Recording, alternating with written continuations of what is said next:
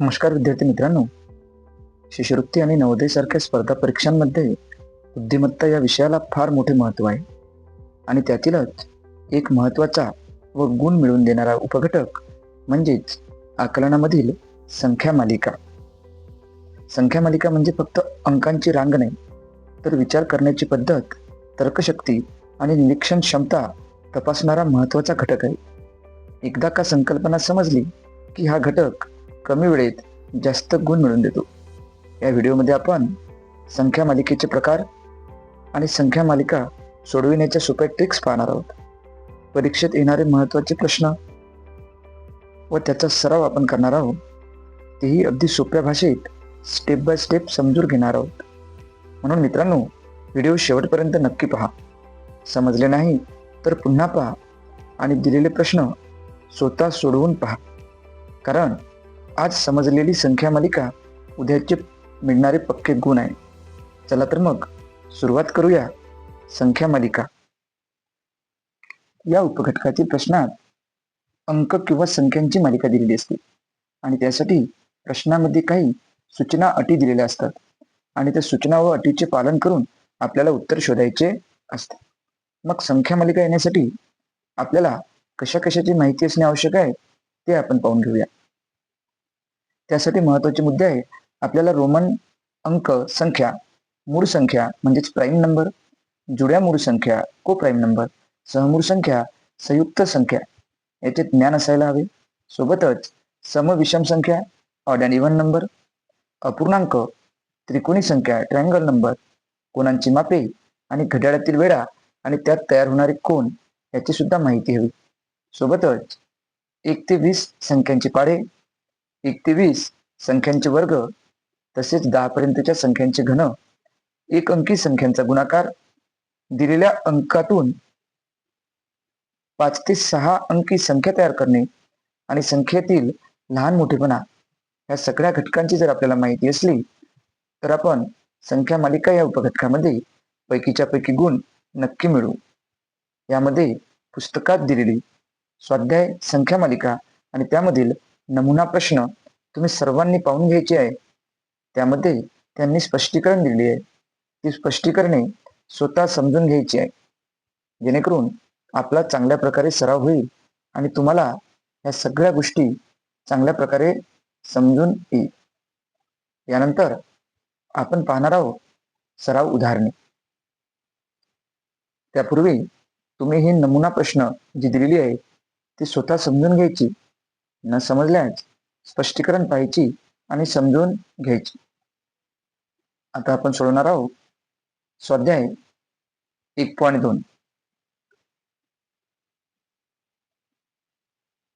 स्वाध्याय 1.2 मधील पहिला प्रश्न, वरील अंकमालेत 3च्या नंतर लगत 8 आणि 3च्या आधी लगत 5 आहेत असे किती वेळा झाले आहेत? आधी आपल्याला काय म्हटलं त्यांनी? 3च्या नंतर लगत 8 म्हणजे 3, 3च्या नंतर म्हणते लगत 8 हा 8 आणि 3च्या आधी लगत 5 हा 5. आपल्याला 5, 3, 8 हा क्रम शोधायचा आहे. मग आपल्याला 5, 3, 8 पाहिजे, हा येणार नाही. परत 5, 3, 8 एक वेळा, 5, 3, 8 दोन वेळा, 5, 3, 8 तीन वेळा, तर आपल्याला हा क्रम 3 वेळा मिळेल. त्यामुळे आपण या पद्धतीने असा क्रम तयार करून घ्यायचा आणि उत्तर काढायचे. आपलं उत्तर येईल पर्याय क्रमांक 3. प्रश्न क्रमांक 2 पाहूया. कोणतीही गोष्ट जर आपण आवडीने केली तर ती गोष्ट चांगल्या प्रकारे करता येईल आणि समजणार सुद्धा.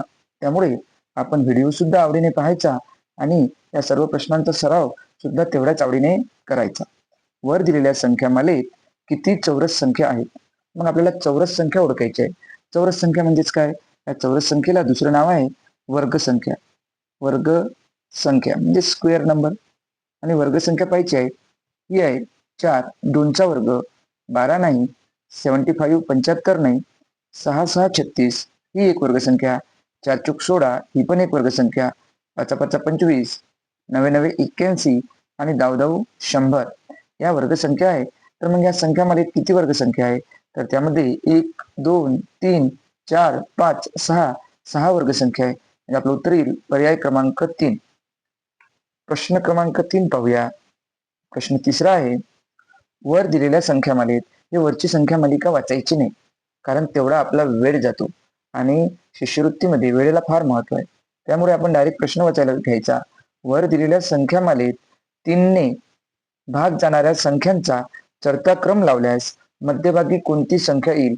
आपल्याला त्यांनी चढता क्रम लावायचा आहे 3ने भाग जाणाऱ्या संख्यांचा. आधी आपण 3ने भाग जाणाऱ्या संख्या काढून घेऊया. 3ची कसोटी काय आहे? जर अंकांच्या बेरजेला 3ने भाग जात असेल तर त्या संपूर्ण संख्येला 3ने भाग जातो. मग इथे 7 आणि 3 10 आणि 2 12 याला 3ने पूर्ण भाग जातो. 5 आणि 1 6 आणि 4 10 याला जात नाही 10ला, म्हणजे या पण संख्येला जात नाही. 8 आणि 4 12 13 14 15 यांच्या अंकांची बेरीज 15 आहे, म्हणजे याला पण 3ने भाग जातो. याला पण 3ने भाग जातो, कारण 9ला जातो आणि 2 आणि 1 3 याला पण जातो. याला पण 3ने भाग जातो, कारण याची जर बेरीज केली आपण 15 होतात. 8 आणि 5 13 याला 3ने भाग जात नाही, म्हणजे 508 ला सुद्धा 3ने भाग जाणार नाही. 959 या संख्येच्या बेरजेला 3ने भाग जात नाही, म्हणून या संख्येला सुद्धा 3ने भाग जाणार नाही. 5 आणि 5 10 आणि 7 17 याला सुद्धा 3ने भाग जाणार नाही.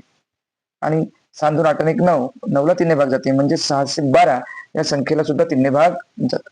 आता किती संख्या आहे? 1 2 3 4 5 आपल्याला ओळखायची आहे. मधली संख्या चढता क्रम लावायचा.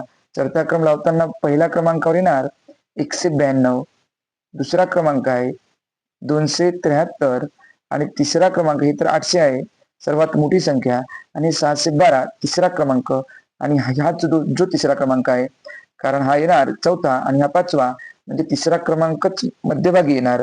त्यामुळे आपलं उत्तर येईल 612, पर्याय क्रमांक 1. प्रश्न क्रमांक 4 पाहूया. पुढे दिलेल्या कंसात रोमन संख्यांची जोडी दिलेली आहे.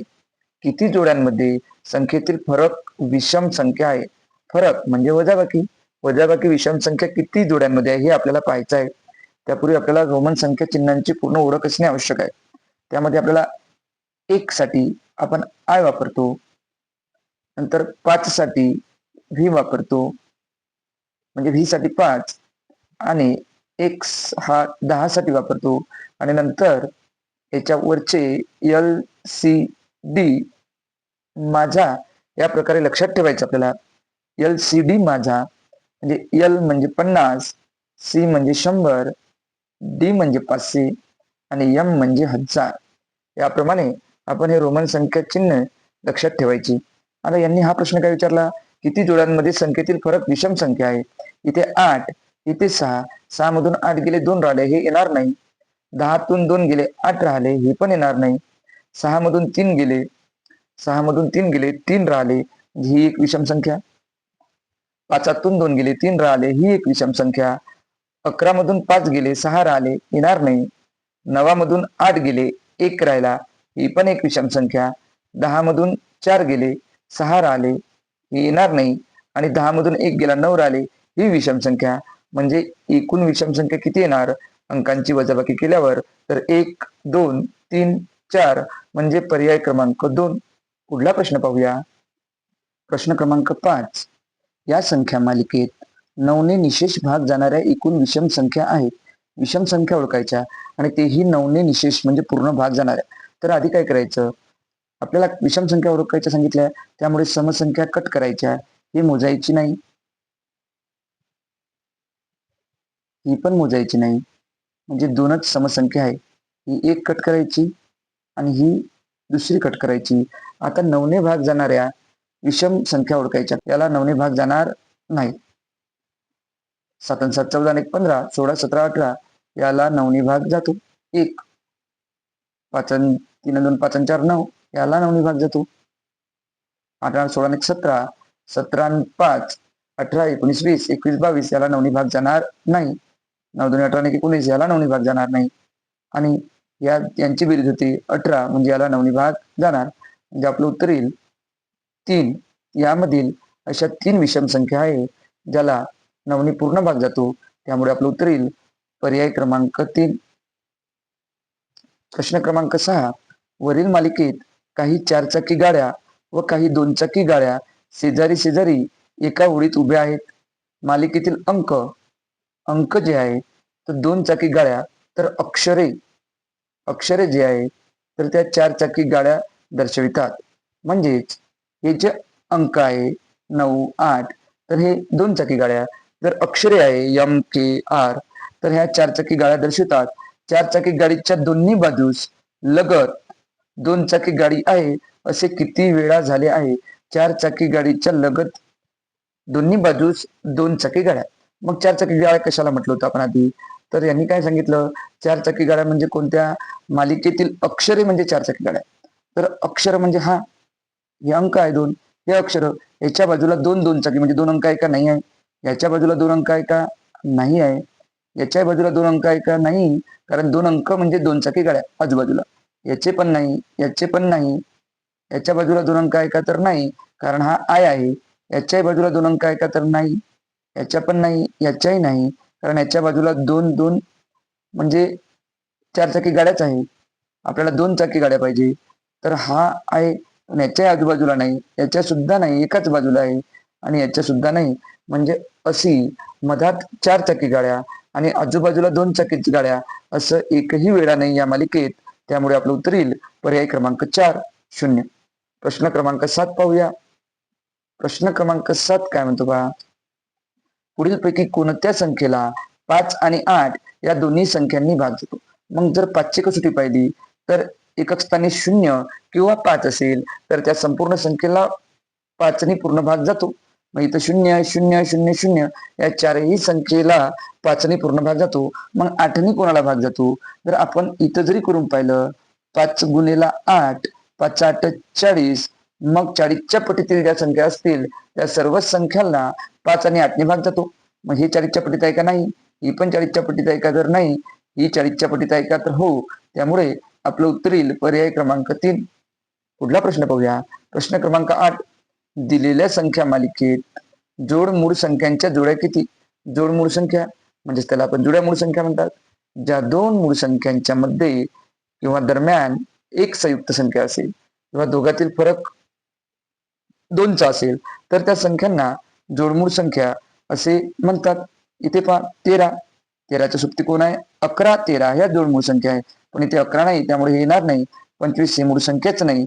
17, 19 या दोघांच्या मधात 18 आहे, त्यामुळे उत्तर येणार 19, 21. परंतु 21 ही मूळ संख्याच नाही, कारण त्याला 3 ने भाग जातो, त्यामुळे 21 घ्यायचंच नाही.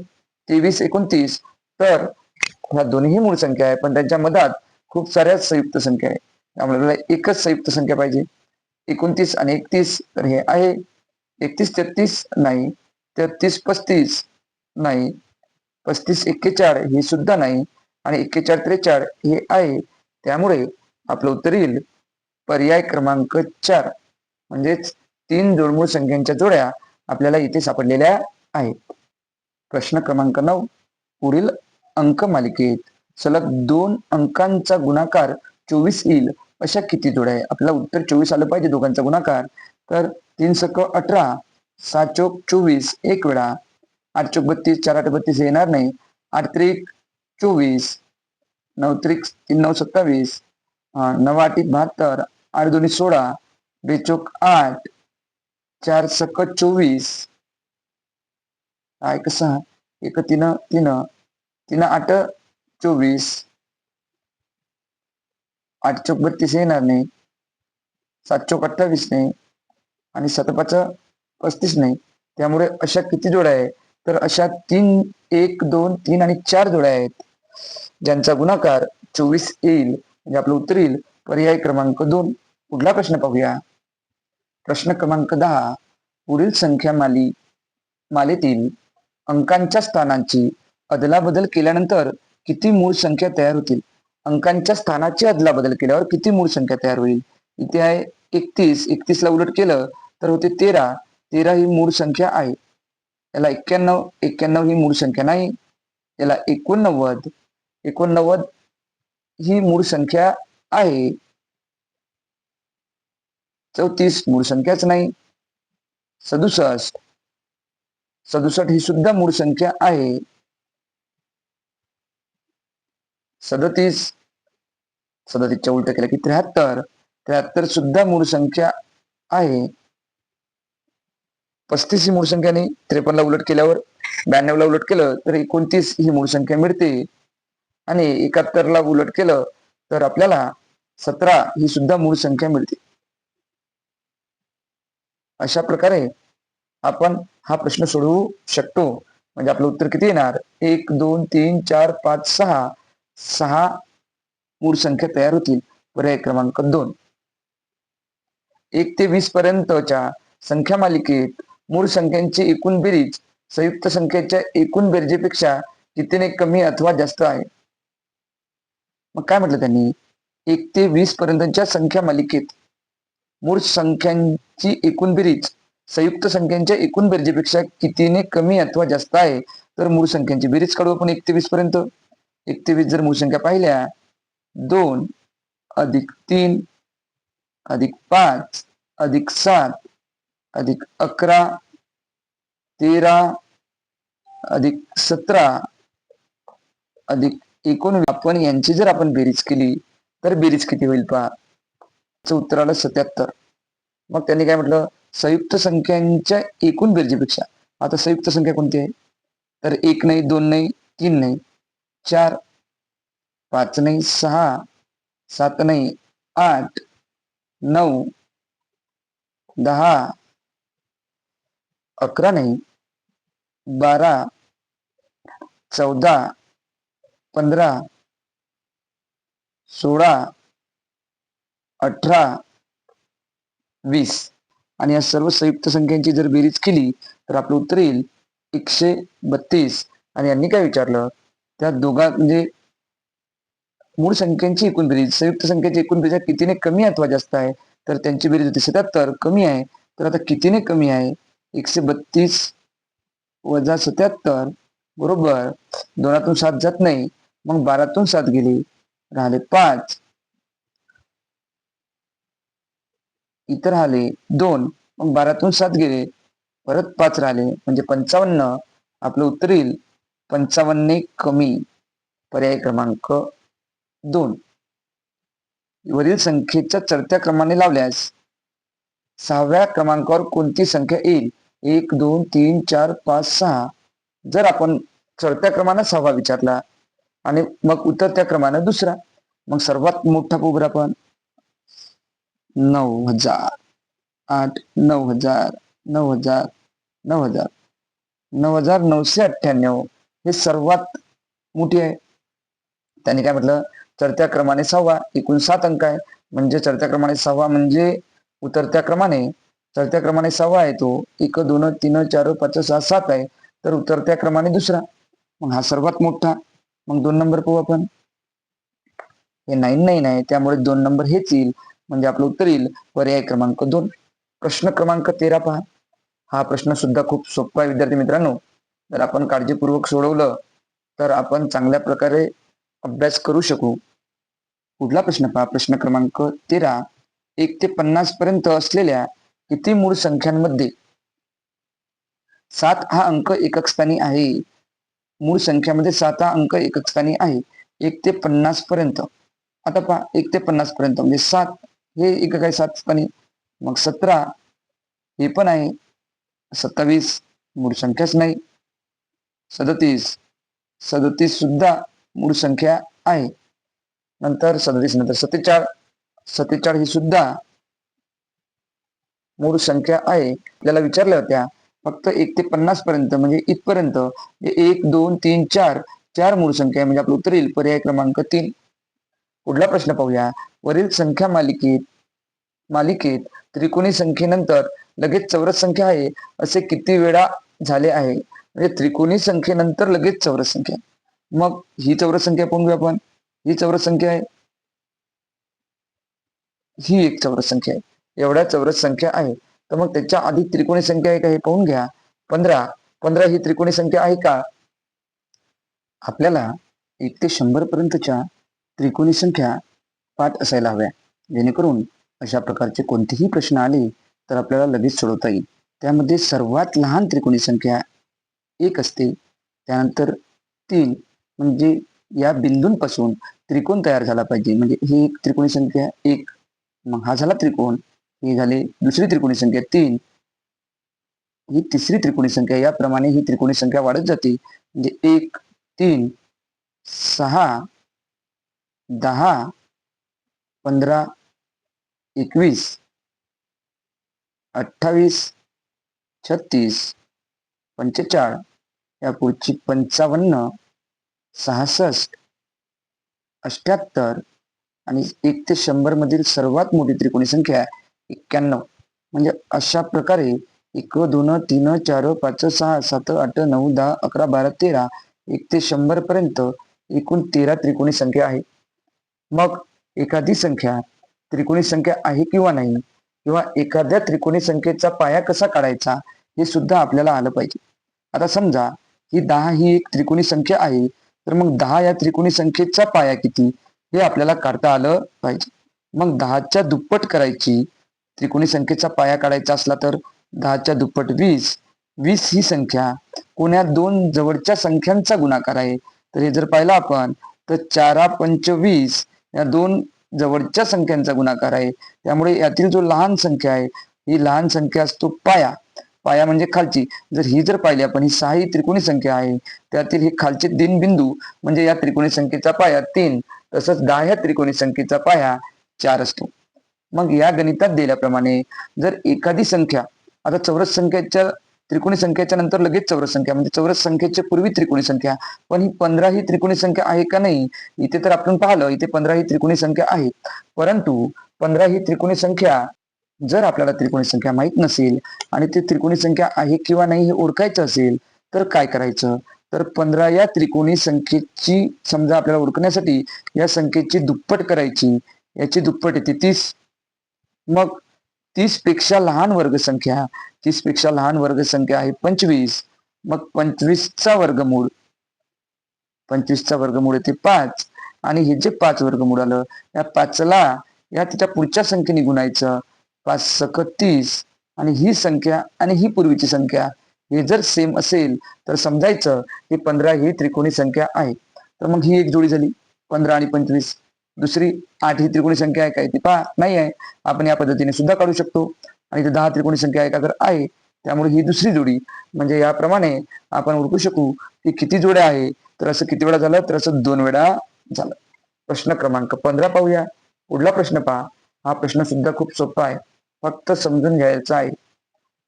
वरील संख्या मालिकेत किती अंकांच्या लगत मागे व पुढे असलेले 2 अंक समान आहे. मागे आणि पुढे 2 अंक समान आहे. इथे आहे का 2 अंक समान, नाही. इथे पण नाही. इथे तर इथे आहे, इथे 7 आहे, इथे 7 आहे, म्हणजे हे झालं 1 वेळा. इथे नाही, इथे नाही, इथे पण नाही, इथे पण नाही, इथे आहे, इथे नाही, इथं पहा इथं पण आहे, इथं आहे का नाही, इथं पण नाही, इथं सुद्धा नाही आणि इथे सुद्धा नाही. मग असं किती वेळा झालं आहे, तर असं 3 वेळा झालं आहे.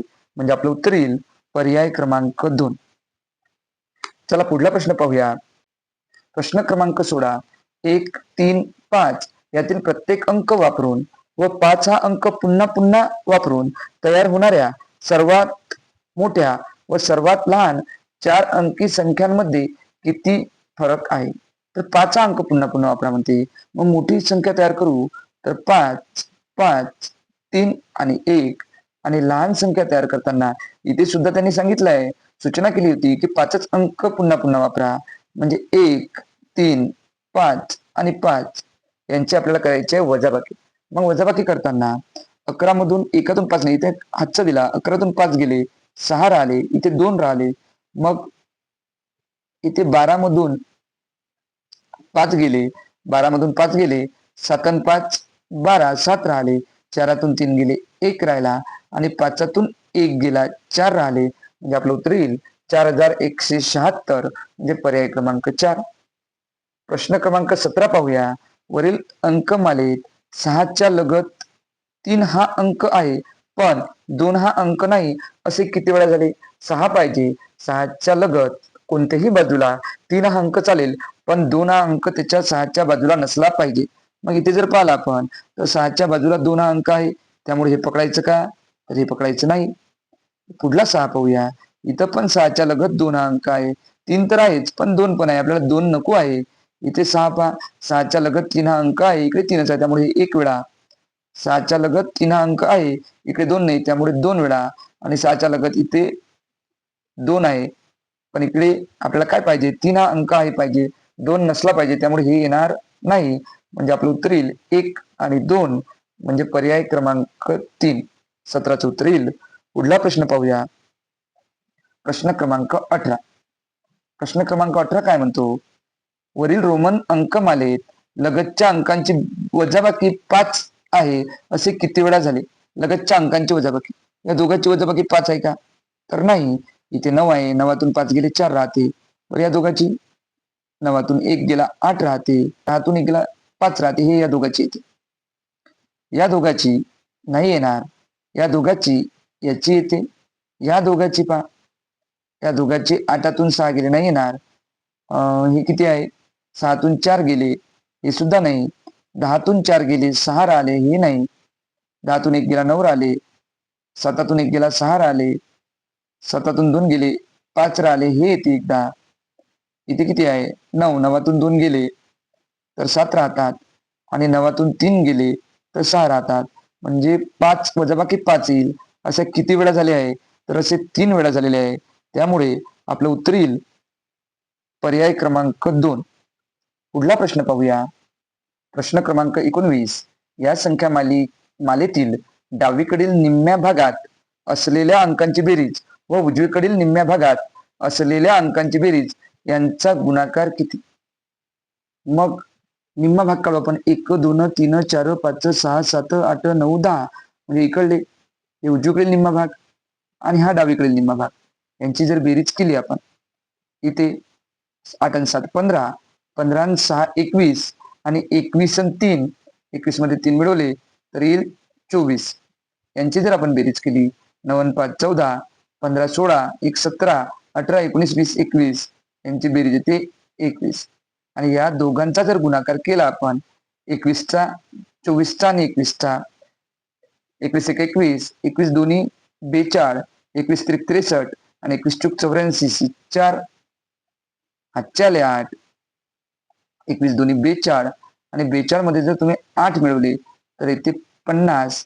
म्हणजे आपलं उत्तर येईल 504, म्हणजे पर्याय क्रमांक 2. पुढला प्रश्न पाहूया. प्रश्न क्रमांक 20. प्रश्न आहे, पुढील संख्या मालिकेतील सलग 2 अंकांची बेरीज वर्गसंख्या आहे असे किती वेळा झाले आहे? दोघांची बेरीज वर्गसंख्या. या दोघांची बेरीज किती आहे? 6, वर्गसंख्या नाही. या दोघांची बेरीज 9, वर्गसंख्या आहे. याची बेरीज 6, याची बेरीज 4, ही सुद्धा वर्गसंख्या आहे. या दोघांची बेरीज 5, येणार नाही. याची बेरीज 8, ते पण नाही. या दोघांची बेरीज 13, ती पण वर्गसंख्या नाही. या दोघांची बेरीज 16, ही वर्गसंख्या आहे. 9 आणि 1 10, ही पण नाही. 1 आणि 0, यांची बेरीज एकच येते, आणि 1 ही वर्गसंख्या आहे. आणि 0 आणि 9 या दोघांची बेरीज सुद्धा 9 येते, त्यामुळे ही सुद्धा वर्गसंख्या आहे. म्हणजे 1 2 3 4 आणि 5 अशा संख्या आहेत की ज्या वर्गसंख्या सुद्धा आहे. त्यामुळे उत्तर येईल पर्याय क्रमांक 4. हा इम्पॉर्टंट प्रश्न आहे, कारण इथे बऱ्याचदा चुका करतो. बऱ्याच जणांना माहीतच नाही राहत का 1 ही वर्गसंख्या आहे. त्यामुळे 1 ही सर्वात लहान वर्गसंख्या आहे, हे सर्वांनी लक्षात ठेवायचं. पुढला प्रश्न पहा. प्रश्न क्रमांक 21. प्रश्न क्रमांक 21 काय आहे, तर या अंकमालेत डावीकडून 5व्या अंकास, आता डावीकडून 5वा अंक कोणता आहे? 1 2 3 4 5, हा 8 आहे. उजवीकडून 5व्या अंकाने 1 2 3 4 5 हा 4 आहे. भागल्यास येणारे उत्तर मालिकेतील कोणता अंक दाखवते? या दोघांचा जर आपण भागाकार केला, 8 भागीला 4, उत्तर येते 2. तर 2 कुठे आहे? हे इथे 2 आहे. म्हणजेच डावीकडून 4थ्या नंबरला आणि उजवीकडून 1 2 3 4 5 6 7व्या नंबरला. तर मग पहा, उजवीकडील 4था नाही, उजवीकडून 3रा नाही, डावीकडून 4था बरोबर आहे. आपलं उत्तर येईल पर्याय क्रमांक 3. प्रश्न क्रमांक 22. पहा, हा सुद्धा खूप सोपा प्रश्न आहे. वरीलपैकी किती संख्यांतील अंकांची बेरीज वर्गसंख्या आहे? काय म्हणते? संख्यातील अंकांची बेरीज. या दोघांची बेरीज 7 2 8, वर्गसंख्या नाही. 5 आणि 4 9, वर्गसंख्या आहे. म्हणजे आपलं हे 1 सापडली आपल्याला. हे 2 आणि 2 4, ही पण वर्गसंख्या. 9 आणि 7 16, ही पण वर्गसंख्या. 6 आणि 6 12 येणार नाही. यांची बेरीज 100, म्हणजे 100 ही संख्या आहे, यांची जर बेरीज केली अंकांची तर 1 येते, त्यामुळे 1 ही वर्ग संख्या आहे. हे 7 नाही आहे, 5 आणि 2 7 नाही आहे. 9 आणि 0 9, 9 सुद्धा वर्ग संख्या आहे आणि 8 आणि 1 9 ही सुद्धा वर्ग संख्या आहे. म्हणजे 1 2 3 4 5 6 6 वर्ग संख्या आहे. त्यामुळे पर्याय क्रमांक 4 हे उत्तर येईल. पुढला प्रश्न पाहूया. प्रश्न क्रमांक 23. दिलेल्या अंकमालेतील डावीकडून 6व्या अंकांचा घन 1 2 3 4 5 6 6 3चा घन किती येतो? तर 3 गुणिला 3 गुणिला 3 म्हणजे 27 घन येतो. व उजवीकडून 5व्या अंकाचा वर्ग 1 2 3 4 5 7 आणि या 7चा वर्ग 7 49 यांची वजाबाकी किती?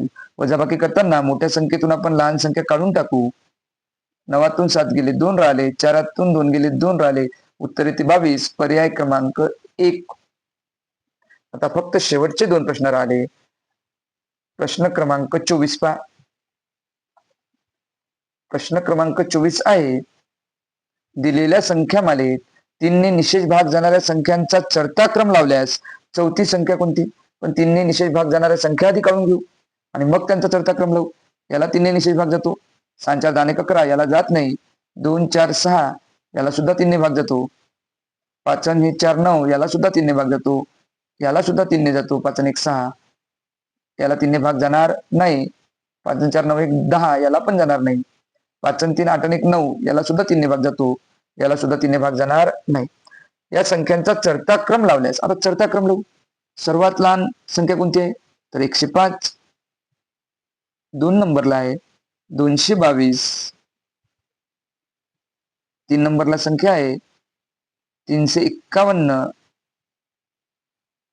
4 नंबरला 522 आणि सर्वात शेवटी येते 900. मग त्यांनी काय म्हटलं? 3ने निशेष भाग जाणाऱ्या संख्यांचा चढता क्रम लावल्यास चौथी संख्या कोणती? तर पहिली, दुसरी, तिसरी, चौथी. 522 पर्याय क्रमांक 4. आणि शेवटचा प्रश्न पाहूया. या संख्या मालिकेतील किती संख्या मूळ संख्याच्या वर्गसंख्या आहेत? किती संख्या मूळ संख्यांच्या वर्गसंख्या आहेत? हे 64 वर्गसंख्या आहे, पण कुणाची आहे? 8ची. 8 ही मूळ संख्या नाही. हे 121 ही मूळ वर्गसंख्या आहे, पण ती 11ची आहे आणि 11 ही मूळ संख्या आहे, त्यामुळे हे पकडायचं. हे 9चा वर्ग, पण 9 ही मूळ संख्या नाही. हे 6चा वर्ग, हे सुद्धा नाही. हे 7चा वर्ग ही मूळ संख्या आहे. हे 169